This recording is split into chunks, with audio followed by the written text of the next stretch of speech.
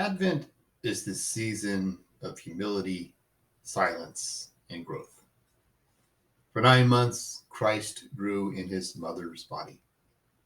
By his own will, she formed him from herself, from the simplicity of her daily life. She had nothing to give him but herself. He asked for nothing else. He gave him herself. Working, eating, sleeping, she was forming his body from hers, his flesh and blood. From her humanity, she gave him his humanity. Walking in the streets of Nazareth to do her shopping, to visit her friends, to she set his feet on the path of Jerusalem. Washing, weaving, kneading, sweeping, her hand prepared his hands for the nails.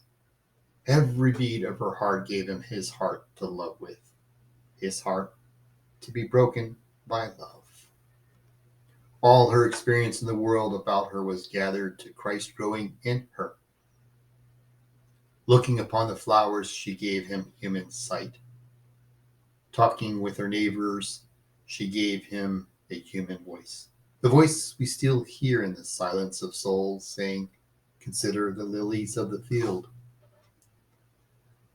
Sleeping in her still room, she gave him the sleep of the child in the cradle, the sleep of the young man rocked in the storm-tossed boat. Breaking and eating the bread, drinking the wine of the country, she gave him his flesh and blood. She prepared the host for the Mass. I borrowed this passage from Carol Householder's book, The Reed of God. This passage brings back one of my most fondest Thanksgiving memories. 35 years ago, my wife and I celebrated the first Thanksgiving dinner as a married couple. She was 4 months pregnant at that time, so it was our first Thanksgiving as a family. It was our new family's season of Advent, our period of preparation. I contrast with that big family celebration we had this past Thursday. I'm amazed at how large our extended family and network of friends have grown. And I'm amazed at how big our church has grown from Mary's season of humility, silence, and growth. Advent is not a season of waiting, but rather it's a season of preparation.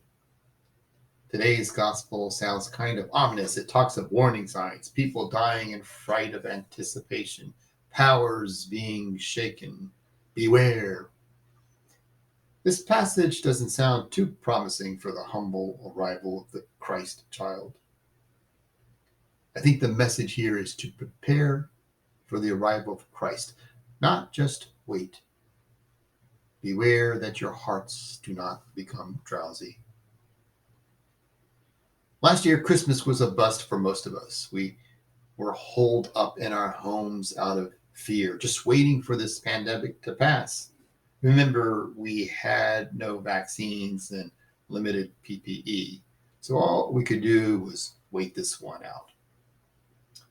Jesus would often use seeds in his parables, the mustard seed, the scattering of good seed on the path. The seed contains all the life and loveliness of the flower, but it is inside a little hard shell that even the sun will not bring to life unless it's buried under the earth. There must be a period of gestation before anything can flower. That period of being buried and waiting is coming to an end for us. Like the first reading, the just shoot will sprout from all of this. Last year's Advent was a season of waiting. Let's make this year's Advent a season of preparation, a season of growth of Christ in our lives.